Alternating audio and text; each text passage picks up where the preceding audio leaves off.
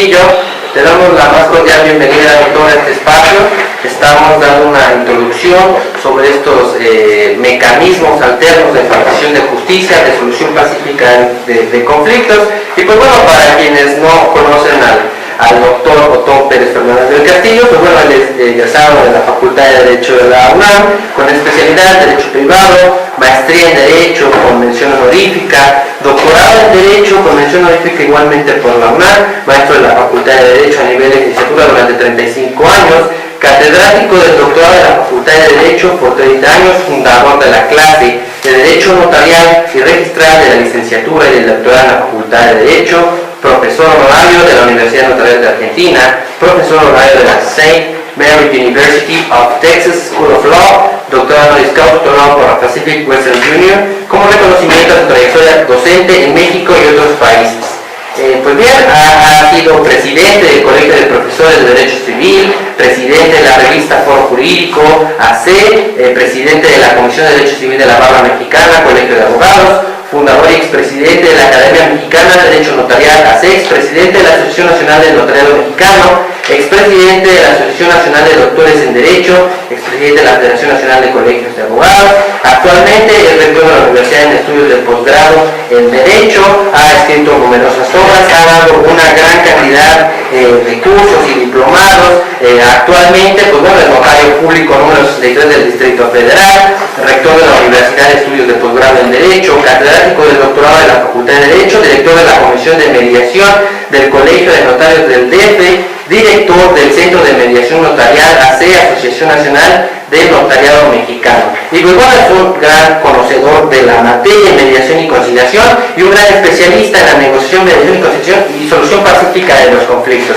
Sin más preámbulos, le cedo el micrófono, doctor. Muy buenos días. Buenos días, ¿cómo está usted? Muchas gracias por su invitación y saludos a su auditorio. A sus órdenes. Pues bien, doctor, quisiera que nos platicara sobre estos mecanismos alternativos de justicia y qué podríamos entender por ellos para nuestro público que no conoce sobre estos mecanismos. Bueno, la administración de justicia está consolidada en todos los estados civilizados del mundo, pero debe tener unos 4.000 años de experiencia. Se refiere a Moisés que detentaba el poder religioso y el poder político, pero además, si lo transferimos a la forma de gobierno actual, pues tenía en sus manos el poder ejecutivo, porque tenía el mando, era el legislador, él hizo el Levítico y además trajo las tablas de la ley, pero de repente quiso ser juez, y entonces tenía todos los poderes. Llegó un momento en que no podía con la administración de justicia. Es su suegro el que le dice, Yetro, le dijo, oye, pues ¿por qué no buscas a 100 de los hombres más honestos, más prudentes? Y curiosamente algo que les dice, que no tengan codicia, porque la codicia es el principio de toda corrupción. Y entonces él elige esos 100 jueces, y de ahí para acá pues tenemos la administración de justicia en todos los estados con personas especializadas en esto. Si usted se pone a dar cuenta o se fija cuánto es el presupuesto del Poder Judicial, pues estamos hablando de 34.000 millones de pesos. Esto quiere decir, vamos a reflexionarlo, tenemos un Poder Ejecutivo, un Legislativo que hace las leyes y un Judicial. ¿Para qué? ¿Para qué gastamos 34.000 millones de pesos? Porque la gente no se entiende. Entonces, como se pelea, sí, como no es capaz de resolver sus problemas de forma amigable, pues tenemos que tener un Poder Judicial federal, pero 32 tribunales de justicia, o Poder Judicial en los estados, pero además tenemos la PGR, la PGJ, las Procuradurías del Consumidor y una serie de organismos que van a resolver los conflictos. Todavía tenemos otra fase que es los conflictos electorales. un tribunal federal electoral, un IFE que organiza. Entonces son millones y millones de pesos porque la gente no se entiende. Entonces los científicos pues, han pensado acerca de estos temas, y de repente pues aparece la mediación, pero por distintas razones, en distintos ámbitos, en relación a distintos tipos de conflictos. Por ejemplo, ¿quién iba a pensar que los enemigos tradicionales, como por ejemplo Francia e Inglaterra, que si se recuerda, pues nada menos que se echaron una guerrita que se llamó los 100 años, pero después tuvimos una Primera Guerra Mundial, una Segunda Guerra Mundial, con atrocidades entre los beligerantes? ¿Quién iba a perdonar todos los agravios que sufrió Austria o Checoslovaquia con Alemania? ¿O quién iba a poder olvidar los agravios de Polonia por Rusia? Porque ya no era Rusia, sino la Unión Soviética. Y sin embargo, han pasado los siglos, han pasado los años, y ahora son amigos, o son socios, si quiere usted no llamarles. ¿Y qué es lo que hizo que estas personas buscaran la solución pacífica de los conflictos y ya no quieren problemas judiciales? ¿Por qué? Bueno, pues porque se dieron cuenta que o se unían o se los comían los tigres del Pacífico, como China, Japón, Taiwán, Singapur, Tailandia, Corea, etc.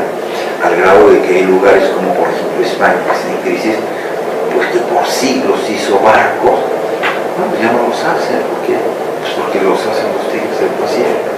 Entonces empezaron a unirse empresarios de todas partes de Europa, y entonces a la hora de que surge un conflicto, pues vamos a suponer que hay una empresa en donde se asocian italianos con alemanes y con ingleses. Bueno, surge el conflicto, ¿en qué ley? ¿Con qué ley? ¿Con qué idioma? ¿En qué lugar? ¿Con qué tribunales? Entonces, de entrada, antes de empezar el pleito, pues ya tienes tú un pleito impresionante que es muy difícil de resolver. Y entonces los empresarios empezaron a decir, ¿sabes qué? Vamos a hacer negocios en lugar de pleitos. Y es cuando yo conozco la mediación allá en 1998, en un congreso en París con los abogados franceses, en la Unión Internacional de los Abogados Franceses, y había muchas mesas de trabajo, pero solamente había una sesión plenaria en mediación, y todos estaban en la mediación porque se trata de buscar no más pleitos, sino el entendimiento. Ahora bien, la justicia, bueno, pues, sabe que el país más litigioso de todo el mundo pues, es Estados Unidos.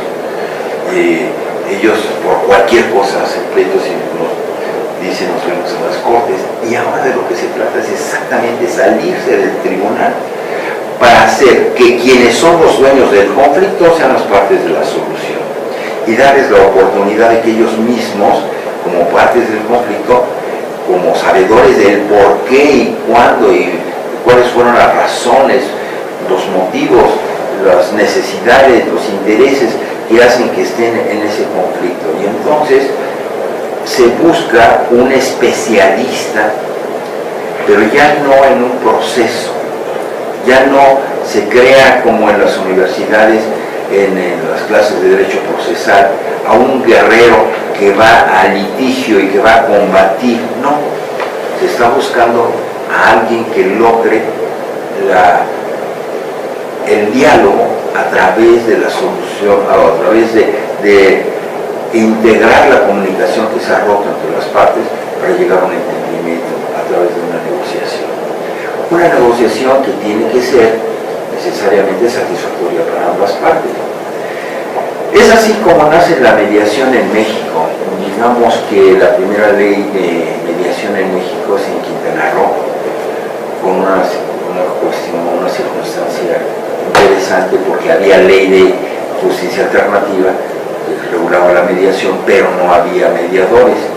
En cambio, en Querétaro hay mediadores, empieza a funcionar el centro de mediación, pero no hay ley.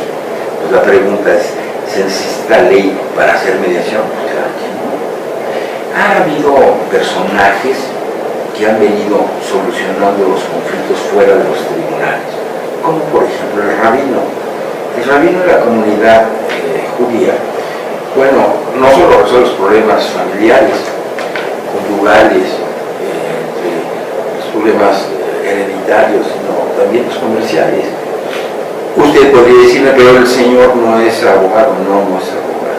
Bueno, pero no conoce las leyes. No, no conoce las leyes, pero conoce la naturaleza humana. Y entonces, ¿pero por qué la gente acude a él voluntariamente? Bueno, pues porque tiene una autoridad moral, porque es un hombre justo, porque es un hombre recto, porque es un hombre honesto, y eso le da a él un nivel en la comunidad que se llama autoridad moral.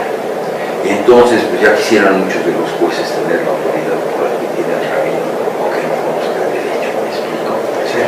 Entonces, ¿qué es lo que está sucediendo en este momento? Bueno, pues, lo que se está sucediendo es que las personas ya no quieren irse al tribunal. ¿Por qué? Pues porque se empantanan con tanto procedimiento, con tantos plazos y con tantos recursos y con tantas trampas que existen dentro del entramado de la administración de justicia.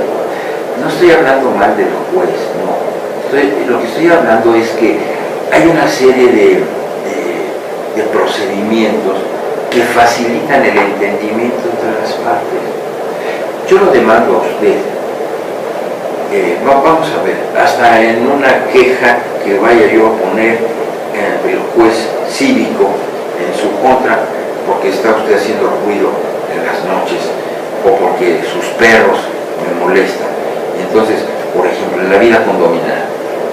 Bueno, la vida condominal, en lugar de decir que vivo en el condominio, unos dicen vivo en el condominio, porque resulta que hay muchas dificultades desde para sacar mi coche, pues ya se puso uno atrás y no puedo sacar mi coche para llegar a tiempo aquí al programa de la universidad. Es que la gente no tiene respeto a los demás en el cumplimiento de sus propias obligaciones.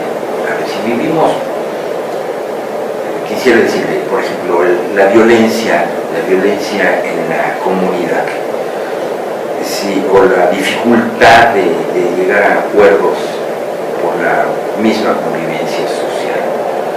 A veces es el propio Estado el que genera el conflicto. Vamos a pensar en vivienda.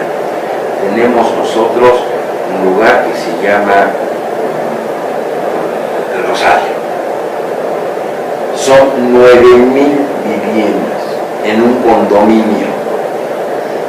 ¿Cuántas broncas va a haber en un condominio de 9,000 viviendas?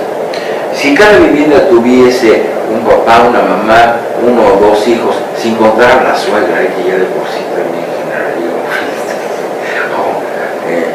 ni el perro ni el perico, pues estamos hablando de 36,000 personas en un solo lugar.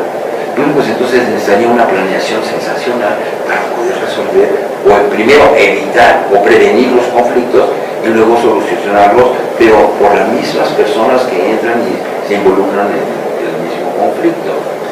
Entonces, a veces las propias personas reaccionamos en forma extraña.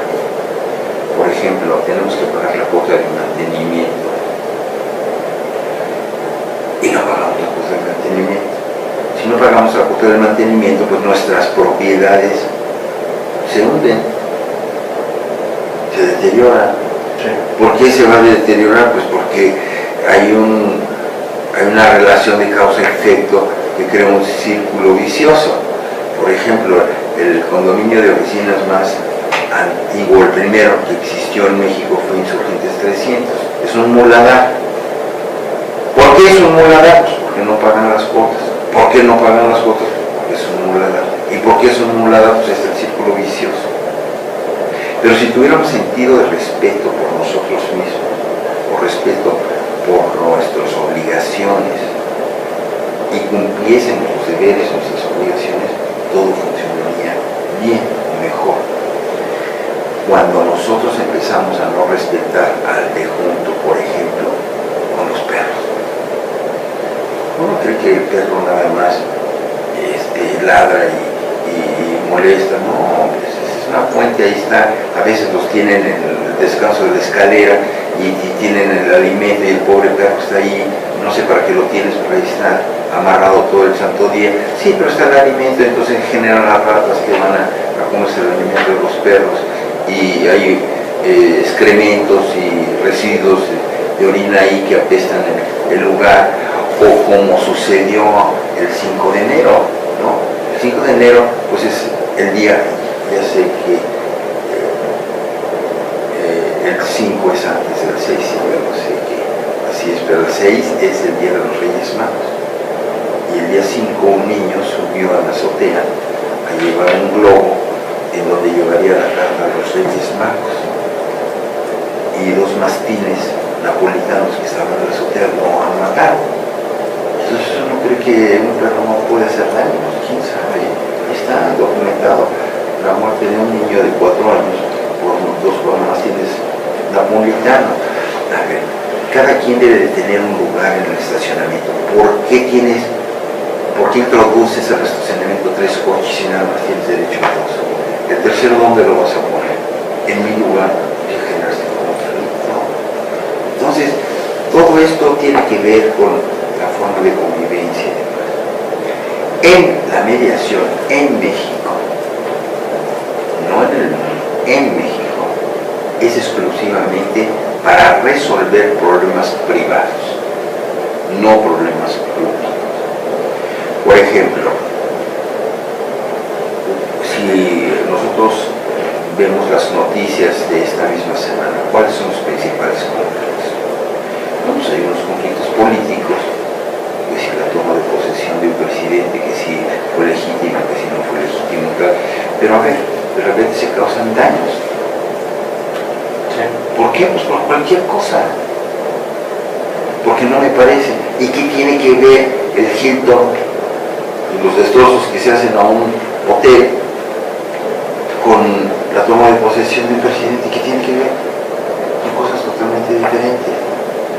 Bueno, ahora, ¿quién va a pagar esos daños? Igual que la quema de autobuses en el estado de Michoacán, que porque no me pagan las cuotas X, ¿y qué tiene que ver los autobuses? Entonces, y este es un mero detonante que puede crecer de forma inesperada, ilimitada, porque una chispa pues, puede provocar un gran incendio. Lo interesante es, por un lado, impedir que se dé la chispa, y por otro lado, si se diese, entonces circunscribir el conflicto a un pequeño entorno y resolverlo. Si se deja de crecer, pues entonces ya tenemos 100 días de paro en la universidad, que es un crimen, porque México tiene un retraso científico y tecnológico, y por lo que usted quiera, paramos la universidad.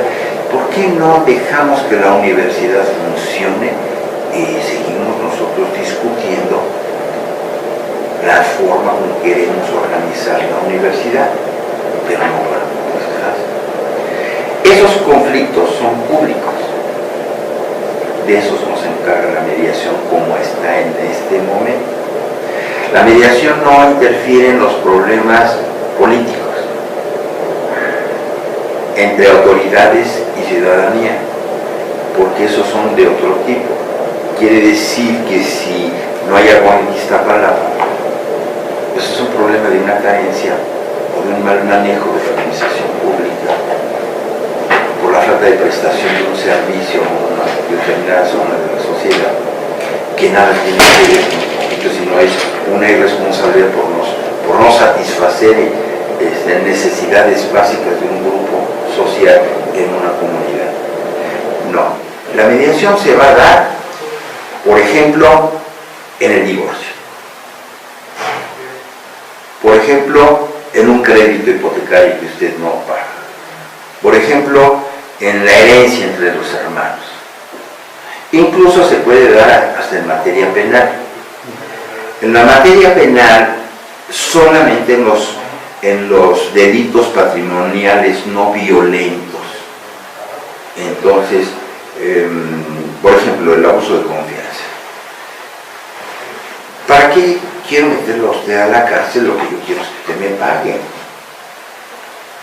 Entonces, ¿por qué no buscamos que en la justicia restaurativa se restaure el daño que usted me ha causado? Por ejemplo, viene un camión, se estrella en mi casa, rompe la puerta en la entrada de mi casa y además estaba estacionado mi automóvil, o entró hasta el comedor y lo destruye. Bueno, no me interesa tanto que te metas a la cárcel, sino que cumplas un precepto universal de todos los tiempos, en todos los lugares. Todo hecho del hombre que causa daño obliga al responsable a reparar. Tú me causaste un daño, pues repáralo. Y no tengo que saturar las cárceles con eso. Claro que cuando ese daño se está haciendo repetitivamente en distintas circunstancias por una misma persona, es una conducta antisocial y ese señor tiene que ir a parar a la cárcel. Pero si es una cosa accidental, vamos a pensar en el accidente de tránsito. Algunos dicen que no son accidentes porque los accidentes no pueden prever si se podrían haber previsto. Pero usted tiene un accidente conmigo. No lo digo seguro, si de repente llegan y dicen, pues cada quien su golpe. Que eso es una forma de negociación. Sí. Bueno, cada quien su golpe. Pero no me interesa meterlo a la cárcel. Tú me causaste un daño, pues repáralo. Todo hecho del hombre que causa daño obliga al causante a reparar. Y ahí es posible que si tenemos un choque yo no lo vuelva a ver en la vida. No es lo mismo de un choque de intereses en la herencia, porque tengo un hermano y tengo los hijos de mi hermano, son mis sobrinos, la relación entre los sobrinos son primos, y entonces y es un daño familiar, y lo que interesa no es que no se vuelvan a ver, se van a ver todo el tiempo. Entonces además el mediador tiene que entrar al tratamiento de cómo reestructurar el tejido familiar que se ha dañado. ¿Me explico? Sí. Digamos que el conflicto se puede presentar. Entonces, primero, ¿puedo preverlo? Sí, lo puedo prever. Vamos a pensar en un testamento. Bueno, hay personas que se casaron una vez, tienen 3 hijos, hace su testamento, que ahora se facilita, hasta hay un mes de testamento, y entonces se heredan los hijos por partes iguales.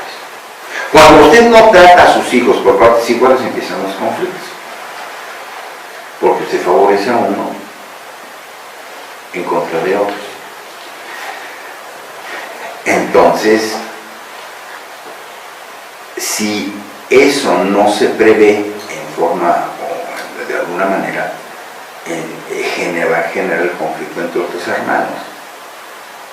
Se dice, si cosechas vientos, si siembras vientos, cosecharás tempestades. El gran problema es cuando tú tienes varias familias. Eso no se da. ¿Usted cree que no se da en México? Bueno, una persona se divorcia, tuvo con su primera esposa un hijo, se vuelve a casar y tiene con su segunda esposa 2 hijos. ¿Cuál va a ser la relación patrimonial después de la muerte de ese señor que tiene hijos de distintas esposas? Pues tiene que preverlo y tiene que hacer su testamento. ¿Qué pasa si no hay testamento? Bueno, si no hay testamento, entonces la ley establece ciertas reglas. Todos los hijos heredan en un intestado. Podría darse el caso de que le voy a poner un caso extremo. ¿Se acuerda que nuestro ejemplo era un señor se casó en primeras nupcias, tiene un hijo, se casa en segundas nupcias, tiene 2 hijos, Y a lo mejor con una tercera persona que ni es esposa ni nada tiene un tercer hijo. Todos los hijos participan, sí, pero nada más que el tercer hijo no lo registró. Si no lo registró, no va a heredar. Sí, pero es hijo. Sí, pero ¿qué va a pasar? Bueno, pues ahí hay un arreglo. Puede haber una negociación de que son todos hermanos o son medios hermanos y puede haber una negociación. Una negociación en la cual se reconoce mutuamente su calidad de herederos y el patrimonio que pudo haber fundado el autor de la sucesión se reparte en forma equitativa entre todos los hijos. El tema es cuando alguien quiere aprovecharse de sus hermanos. Eso no se da, diría usted, se da todos los días. Y por eso tenemos juzgados familiares que ven problemas hereditarios que están llenos de problemas. ¿Por qué? Pues porque no se entiende. ¿Quién podría ser una persona que sin juzgar? Ese es el tema. El mediador no juzga. El mediador no está para calificar los actos de buenos o de malos. Se dieron los hechos. No vamos a calificar si el primer hijo es el primogénito y los otros no. Y si el primero es legítimo y los otros son bastardos. No, porque basta que tú le digas a una persona que es el bastardo, pues para que se genere nada más por esa palabra el conflicto y las cachetadas. Bueno, entonces en lugar de pelearnos, vamos a entendernos. Ese acercamiento con una persona que es experto en el conflicto y que conoce las habilidades y las formas para llegar a la solución, ese es el mediador. Y el mediador, para que pueda actuar, requiere de una solicitud. Entonces, en México, ¿cómo se fue dando la mediación? Le decía yo a usted hace un momento que la mediación nace en el derecho privado exclusivamente y empieza a tratarse en el ámbito familiar, específicamente en el divorcio. En el divorcio hay 10 temas. Vamos a suponer que una persona tiene una pareja y tiene con ella un par de hijos. Ya no se entiende, se van a divorciar. Bueno, primer problema, salte de la casa. No, esta casa está a mi nombre, este departamento está a mi nombre, y si no te parece, pues ahí está la puerta, la que te cierra el esquina. No, pero aquí vivimos yo y 2 niños, dice la señora. Pues sí, pero este departamento es mío. Por ejemplo, en el Estado de México, en este momento, un señor, aunque sea propietario del local o del departamento, tiene la escritura a su nombre, puede tener una resolución del tribunal que le diga, tú te sales. Pero es de mi propiedad, tú te sales. Y vamos a dejar ahí a la esposa, a la madre con sus hijos, porque es lo mejor para no alterar la vida de los niños. ¿Por qué? Porque enfrente está su escuela. ¿Por qué? Pues porque ya ha hecho un ámbito, ese es el universo de los niños y hay que moverlos lo menos posible. Sin embargo, pues ahí está un primer problema. Un segundo problema, ¿cuál es? Bueno, muy bien, ya me voy. Me llevo la camioneta. ¿También te vas a llevar el refrigerador? ¿Te vas a llevar el Oye Express? ¿Para qué te quieres llevar el Oye Express? ¿En qué vamos a hacer los frijoles de los niños? ¿Me explico? Entonces se va complicando. A ver, los alimentos. ¿Cuánto vas a pagar? No tengo dinero. No, pues no es que tengas, es que tienes que pagar alimentos. Y dice que no, que lo corrieron de su trabajo. Y a veces algunas personas hasta renuncian a su trabajo para no tener ingresos con tal de no pagarle a la señora con la que ya no quiere vivir. Sí, una cosa es la señora y otra son los niños. Tú invitaste a la vida a un ser humano, no lo invitaste a comer un día. Te haces responsable de él para toda la vida, ¿o no?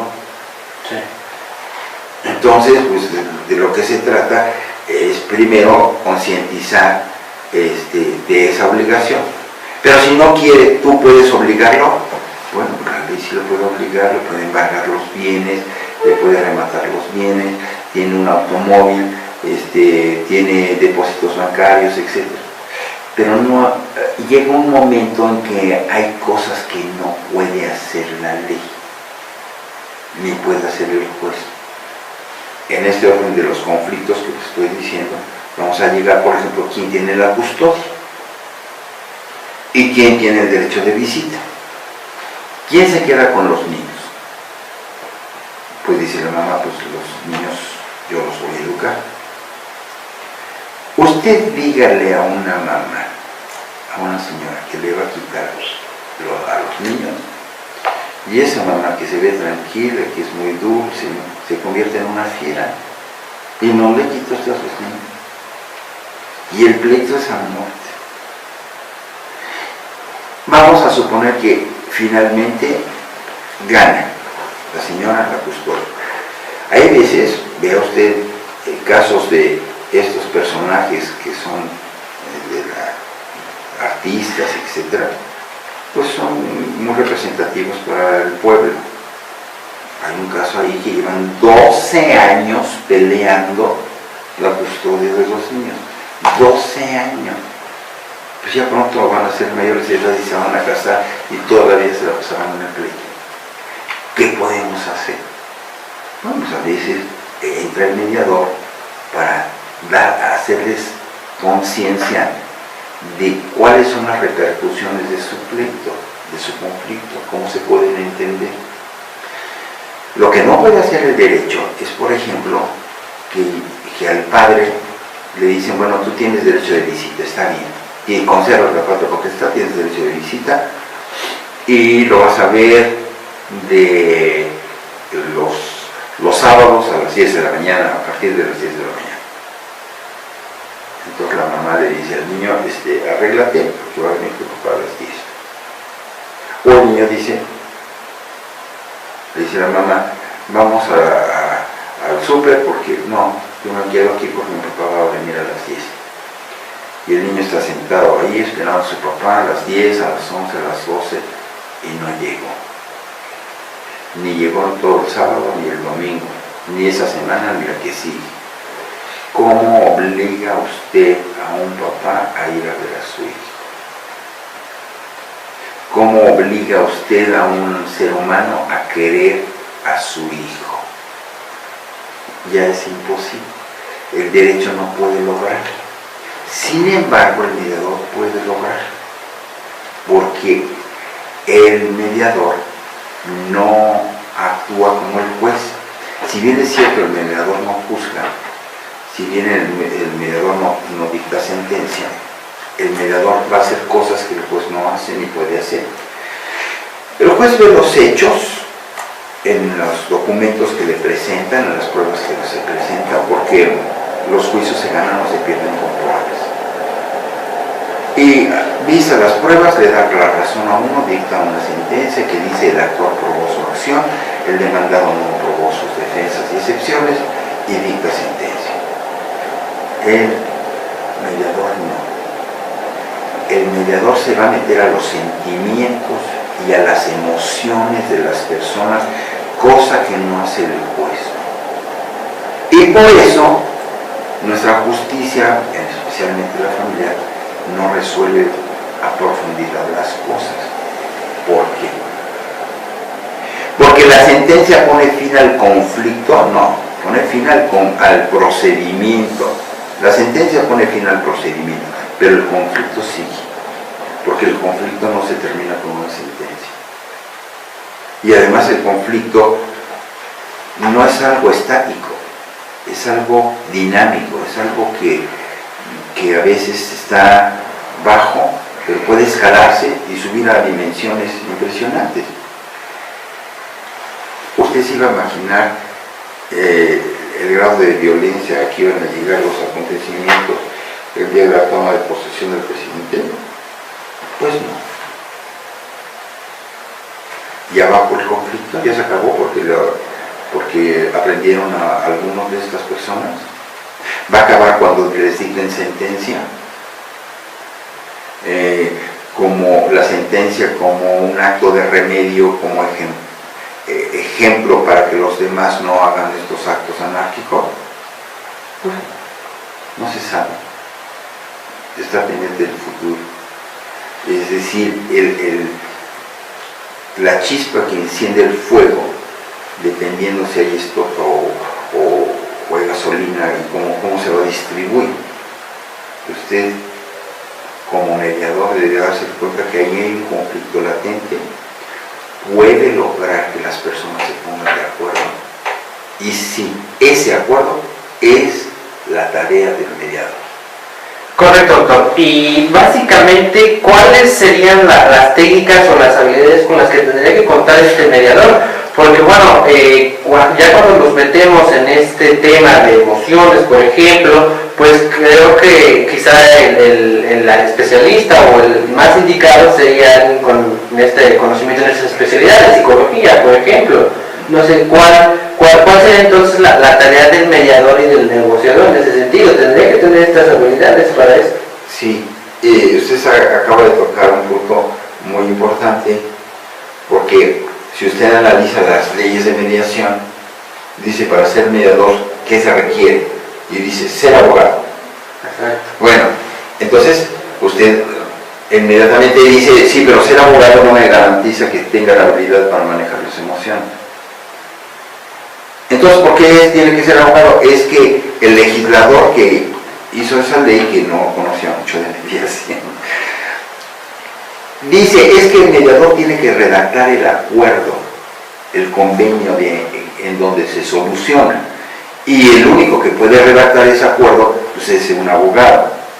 Sí, entonces, por ejemplo, yo en este momento dirijo el Colegio Nacional de Mediadores Certificados. Y una de las discusiones es, uno de nuestros acuerdos, porque ya dejó de ser discusión, es que pueden ser mediadores los psicólogos, pueden ser mediadores, y de hecho están haciendo mediación los trabajadores sociales. Por ejemplo, el conflicto familiar es tan amplio en México por la falta de cultura, por la falta de cultura en este caso, o por la falta de formación en la responsabilidad de tener un hijo, que entonces el DIF está lleno de problemas, por ejemplo, de problemas en alimentos. ¿Quién lo está haciendo? Trabajo social. ¿Y por qué lo hace trabajo social? Pues porque los abogados no se van a entender de eso. Pero es que el trabajo social, el que hizo la carrera de trabajo social no es abogado. No, pero entonces no va a poder arreglar el convenio. Sí, porque se le capacita. Pero no es terapeuta, no, pues no es terapeuta. Entonces, nos hemos dado cuenta que el mediador está formado como nosotros, es decir, yo estuve en Harvard, por ejemplo, y soy experto en manejo de conflictos, pero gran parte de esto es meterte, no tanto en psicología, sino, no tienes que hacer la carrera de psicología, sino por qué la gente entra en ese conflicto específico. Por ejemplo, hay personas que piensan que todos los conflictos se resuelven con dinero, porque el conflicto es cuestión de peso centavo. No, nosotros hemos arreglado conflictos de lo que se requiere es el reconocimiento. Ah, entonces, ¿cómo es que sabes? Ah, porque entonces te metes a estudiar cuáles son las necesidades humanas, por ejemplo. Hay necesidades, bueno, usted sabe lo que es la pirámide de Maslow, en donde están los distintos tipos de necesidades. Sí. Y entonces, dependiendo de en dónde está ubicada alguna persona, ¿no?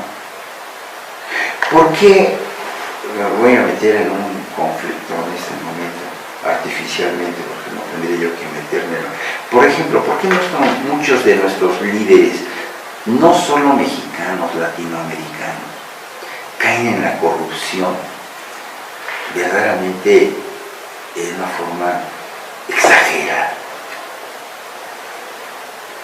No quiero decir con eso eres honesto si si nada más poquito fuiste corrupto, no. O eres o no eres honesto. No eres como las muchachas, estás embarazado, pero no está medio embarazado. O no eres medio honesto o medio deshonesto. O eres honesto o no. O no eres, o eres honesto mientras me cachen. ¿Y cuántos políticos pues eran honestos hasta que los cacharon en lo que están haciendo? Pero ¿por qué no tenemos nuestros líderes interiores? ¿Por qué no son gente honesta? ¿Por qué no? Porque están todavía en una etapa de necesidades en donde lo importante es la lana. ¿Por qué no tenemos un Gandhi? No me diga usted que Gandhi dejó una herencia multimillonaria a sus herederos. Pues no. Es decir, los seres humanos tenemos necesidades básicas y entonces te das cuenta por qué a veces algunas personas entran en un conflicto y se empantanan. Por ejemplo, un día un expresidente de la República quiso hacer un club de golf en Tepoztlán y tenía todos los dólares del mundo porque trajo inversionistas norteamericanos que eran sus amigos y dijeron, vamos a hacer este desarrollo.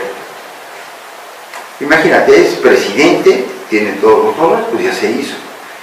Entonces los pobladores de Tepoztlán dijeron, no se hace. Pero ¿cómo que no se va a hacer? Si fíjense que les vamos a dar trabajo, y va a haber fuentes de trabajo, y va a haber agua potable, porque además nos vamos a ir a los pozos profundos.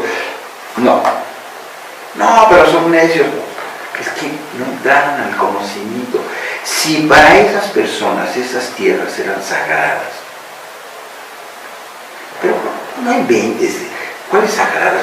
Dios ni existe, pues ¿cómo se va a ocurrir? Y además, si Dios no existe, tenemos tus dioses, ¿no? Sí, pero son sagradas porque están sus muertos. Pues los puedes hacer, los sacas y los haces, los incineras, los haces polvitos, los pones en unos nichos, te ponemos unos nichos de mármol. No. Es que tienes que respetar las creencias o los sentimientos de las personas. Ahí está un caso. Esos terrenos para ellos son sagrados. Entonces no quieren hacer un club de golf, pues claro que no, porque es el mundo de sus muertos. Y un señor tan poderoso como un presidente de la República no pudo.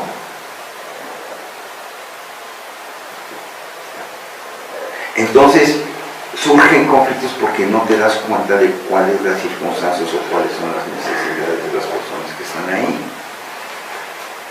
¿Quién es el hombre más rico de México? César. Tiene una empresa muy importante, entre otras que se llama Teléfonos de México. Y de repente en un centro comercial que se llama Cuilco, dijo, aquí voy a hacer un edificio. Y llegaron los ecologistas y dijo, pues aquí no haces nada, fíjate, porque vas a humillar a la pirámide de Cuilco. ¿A poco una pirámide se puede humillar? Bueno, pues tú no vas a ser más alto que la pirámide de Cuilco. Y no la hizo. Porque no pudo, porque bloquearon la entrada de los camiones que iban a hacer, no pudo, y ahí están los cimientos enterrados, para hacer un edificio. ¿Por qué? Pues porque tienes que ver qué es lo que la gente piensa, cuáles son sus sentimientos. ¿Por qué una empresa tan importante como es la Parota en Guerrero, que sería el detonante de la economía de Guerrero, no se ha podido hacer? ¿Por qué no se pudo hacer el aeropuerto de Atenco? Sí, ahí tienes un tema. Si se hubiese consultado a los mediadores, no hubiera pasado el problema de Atenco. Porque para ellos la tierra es importante. Ahora tendrías que haber hecho una labor en donde le cambies hectáreas por locales comerciales que les van a tener más dinero. A lo mejor ahora se están arrepintiendo porque tendrían el aeropuerto con unas ganancias, pero si tú le vas a dar espejitos por oro, lo estás engañando. Entonces la gente percibe, me está dando espejitos por oro. Entonces, ¿sabes qué? Aquí en Atenco no es el aeropuerto. Pero es que, ¿cómo crees que son a nivel internacional y van a venir? No, sí, pero no. Todo depende de cómo tú lo plantees. Entonces, no es tanto del psicólogo, sino de la capacidad de ser un buen negociador. Como lo planteas, te voy a poner un ejemplo. ¿Cuál es el edificio más alto de México? La Torre Mayor. ¿Por qué la Torre Mayor sí se pudo hacer y por qué las otras cosas no se pudieron hacer? Es la diferencia de saber o no saber negociar. ¿Me explico? ¿O no? Es sensacional. Este tema en tu vida personal es tan importante que tú quieres ir al cine a ver tal película, no sé si seas soltero o seas casado, pero suponiendo que aunque no seas casado tienes una novia y dices, vamos a ver esta película. No, ¿cómo crees? Bueno, ¿cómo logras que ella sí vaya al cine a ver esa película? Hasta sales a negociar. Eso es la negociación. Mira, la mediación se rige por ciertos principios. Tiene que ser voluntario. La justicia es forzosa. Tienes que ir conmigo. Pues. Aquí es voluntario. ¿Con quién vas? Y entonces se dieron cuenta que habría que haber la mediación privada. Si a ti te toca el médico, tú estás enfermo, te toca el médico, te dicen, ¿con cuál? Pues el cubículo 15, pues tú no sabes ni quién es. Tú tienes que ver las cualidades de esa persona.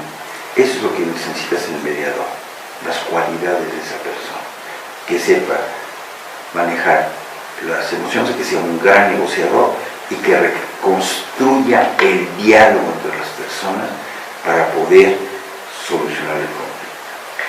Correcto, doctor. Pues bueno, el tiempo se nos acaba de terminar. Le damos le agradecemos mucho su presencia por haber estado aquí. Sin duda la negociación y la mediación pues son temas de gran trascendencia e importancia para el día y para la solución de conflictos. Pues sin más, no nos queda más que despedirnos y agradecerles a todos ustedes, Comunidad Anafined. Nos escuchamos en la siguiente emisión. No dejen de visitar nuestra página de internet www.proyectogradocero.com. Asimismo, este programa se subirá a nuestra red oficial de videos en YouTube, diagonal Grado Cero Derecho Humano. Por su atención, muchísimas gracias. Gracias.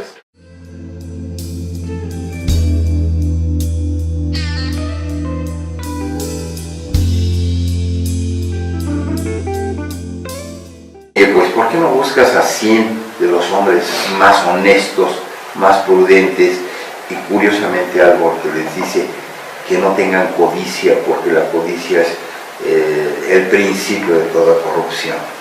Y entonces él elige esos 100 jueces y de ahí para acá pues tenemos la Administración de Justicia en todos los estados con personas especializadas en esto. Si usted se pone a dar cuenta o se fija cuánto es el presupuesto del Poder Judicial, pues estamos hablando de 34,000 millones de pesos. Esto quiere decir, vamos a reflexionarlo, tenemos un Poder Ejecutivo, un Legislativo que hace las leyes y un Judicial. ¿Para qué? ¿Para qué gastamos 34,000 millones de pesos? Porque la gente no se entiende. Entonces, como se pelea, ha escrito numerosas obras, ha dado una gran cantidad de cursos y diplomados. Actualmente, pues bueno, es notario público número 63 del Distrito Federal, rector de la Universidad de Estudios de Posgrado en Derecho, catedrático del doctorado de la Facultad de Derecho, director de la Comisión de Mediación del Colegio de Notarios del DF, director del Centro de Mediación Notarial, Asociación Nacional del Notariado Mexicano. Y pues bueno, es un gran conocedor de la materia de mediación y conciliación y un gran especialista en la negociación, mediación y conciliación y solución pacífica de los conflictos. Sin más preámbulos, le cedo el micrófono, doctor. Muy buenos días. Buenos días, ¿cómo está usted? Muchas gracias por su invitación y saludos a su auditorio. A sus órdenes. Pues bien, doctor, quisiera que nos platicara sobre estos mecanismos alternativos de justicia y qué podríamos entender por ellos para nuestro público. La Facultad de Derecho a nivel de licenciatura durante 35 años, catedrático del doctorado de la Facultad de Derecho por 30 años, fundador de la clase de Derecho Notarial y registral de la licenciatura y del doctorado en la Facultad de Derecho, profesor honorario de la Universidad Notarial de Argentina, profesor honorario de la St. Mary University of Texas School of Law, doctor honoris causa otorgado por la Pacific Western Junior, como reconocimiento a su trayectoria docente en México y otros países. Pues bien, ha sido presidente del Colegio de Profesores de Derecho Civil, presidente de la revista Foro Jurídico, AC, presidente de la Comisión de Derecho Civil de la Barra Mexicana, Colegio de Abogados, fundador y expresidente de la Academia Mexicana de Derecho Notarial, ACEX, presidente de la Asociación Nacional del Notariado Mexicano, expresidente de la Asociación Nacional de Doctores en Derecho, expresidente de la Federación Nacional de Colegios de Abogados. Actualmente es rector de la Universidad en Estudios de Posgrado en Derecho, aunque no conoce sobre estos mecanismos. Bueno, la Administración de Justicia está consolidada en todos los estados civilizados del mundo, pero debe tener unos 4.000 años de experiencia. Se refiere a Moisés que detentaba el poder religioso y el poder político, pero además, si lo transferimos a la forma de gobierno actual, pues tenía en sus manos el poder ejecutivo, porque tenía el mando, era legislador, él hizo el Levítico y además trajo las tablas de la ley. Pero de repente quiso ser juez y entonces tenía todos los poderes. Llegó un momento en que no podía con la Administración de Justicia. Es su suegro el que le dice, Yetro, le dijo: oye,